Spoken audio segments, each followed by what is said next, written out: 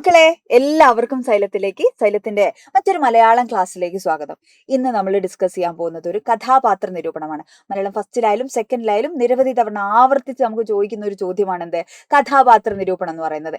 ഇന്ന് നമ്മൾ ഡിസ്കസ് ചെയ്യാൻ പോകുന്നത് നമ്മുടെ മൂന്നാമത്തെ ചാപ്റ്റർ ആയിട്ടുള്ള മലയാള സെക്കൻഡിലെ ചാപ്റ്റർ ആയിട്ടുള്ള മണൽക്കൂനകൾക്കിടയിലൂടെ എന്ന് പറയുന്ന നോവൽ ഭാഗത്തിലെ അർബാബ് എന്ന് പറയുന്ന കഥാപാത്രത്തെയാണ്. കഴിഞ്ഞ പരീക്ഷയ്ക്ക് നമുക്ക് ചോദിച്ചിട്ടുള്ള ഒരു ചോദ്യം കൂടെയാണ് അർബാബ്.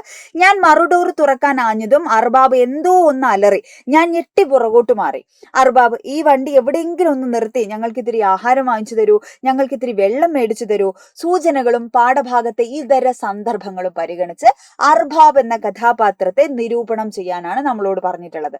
അപ്പൊ എന്ത് ചെയ്യണം? അർബാബിന്റെ സ്വഭാവ സവിശേഷതകൾ എന്തൊക്കെയാണ്, കഥയിലുള്ള സ്ഥാനം, കഥാപാത്രത്തിന്റെ എന്താ പറയാ വേഷം, രൂപം, ഭാവം, നെഗറ്റീവും പോസിറ്റീവും ആയിട്ടുള്ള സവിശേഷതകൾ, കഥയുടെ തുടക്കം മുതൽ അവസാനം വരെയുള്ള ഈ കഥാപാത്രത്തിന്റെ സ്വാധീനം, കഥാപാത്രത്തിന്റെ സ്വഭാവം ഓരോന്നോരോന്നായി തെളിവ് സഹിതം, അതായത് പാഠപുസ്തകത്തിലുള്ള സന്ദർഭങ്ങൾ സഹിതം വിശദീകരിക്കാനാണ് പറഞ്ഞിരിക്കുന്നത്. അതേപോലെ എന്താണ്, മറ്റു കഥാപാത്രങ്ങളുമായിട്ടുള്ള ബന്ധം എഴുതണം. മറ്റു കൃതികളിൽ ഏതെങ്കിലും സമാന സ്വഭാവമുള്ള കഥാപാത്രങ്ങൾ ഉണ്ടെങ്കിൽ അത് വേണമെങ്കിൽ എന്ത് ചെയ്യാം, നമുക്ക് അതും കൂടെ നമുക്ക് സൂചിപ്പിക്കാം. കഥാപാത്രത്തെ കുറിച്ചുള്ള സ്വന്തം അഭിപ്രായം, ഇത്രയും കാര്യങ്ങൾ നമുക്ക് മൊത്തത്തിൽ വേണം. ഇപ്പൊ കഥ അങ്ങ് അപ്പടെ എഴുതി വെക്കുക എന്നുള്ളതല്ല കഥാപാത്ര നിരൂപണം. അങ്ങനെ എഴുതി ഒരിക്കലും നമുക്ക് 7 മാർക്ക് കിട്ടൂല. എങ്ങനെ എഴുതണം? മറിച്ച് കഥാപാത്രം അതിന്റെ സ്വഭാവ സവിശേഷതകൾ വ്യക്തമാക്കുന്ന സന്ദർഭങ്ങളെ കൂടെ സൂചിപ്പിച്ച് നമുക്ക് എഴുതാൻ പറ്റണം. ആ 2 സന്ദർഭങ്ങൾ എവിടെ തന്നെ തന്നിട്ടുണ്ട്, ചോദ്യത്തിലുണ്ട്. അതെടുത്ത് അങ്ങ് എഴുതിയാൽ മതി. ഓക്കെ, അപ്പൊ എന്തൊക്കെ പോയിന്റുകൾ നമുക്ക് എഴുതാം? അർബാബിനെ കുറിച്ച് എന്തൊക്കെ കാര്യങ്ങൾ എഴുതാം? നമ്മുടെ മണൽക്കൂനകൾക്കിടയിലൂടെ എന്ന് പറയുന്ന പാഠഭാഗത്തിലെ വളരെ ക്രൂരനായിട്ട് ഒരു മനുഷ്യത്വം ഇല്ലാത്തൊരു കഥാപാത്രമാണ്. തന്റെ ജോലിക്കാരായിട്ട് കണക്കാക്കിയിട്ടുള്ള നജീബിനെയും ഹക്കീമിനെയും ഒരു ദാക്ഷിണ്യവും ഇല്ലാതെ അദ്ദേഹം സ്വീകരിക്കുന്നത്. എന്നിട്ട് എന്തിനാണോ ഇവർ കൂടെ പോയെന്ന് ഞാൻ ആലോചിക്കുന്നത്. യാത്രാക്ഷീണമോ വിശപ്പോ ഉണ്ടോ എന്നുള്ളൊരു വാക്ക് പോലും എന്തിനു പറയുന്നു? ഒന്ന് ചിരിക്കുക എന്നുള്ളതാണ് മനുഷ്യന്റെ ഏറ്റവും നല്ല ഗുണം എന്ന് പറയുന്നത്.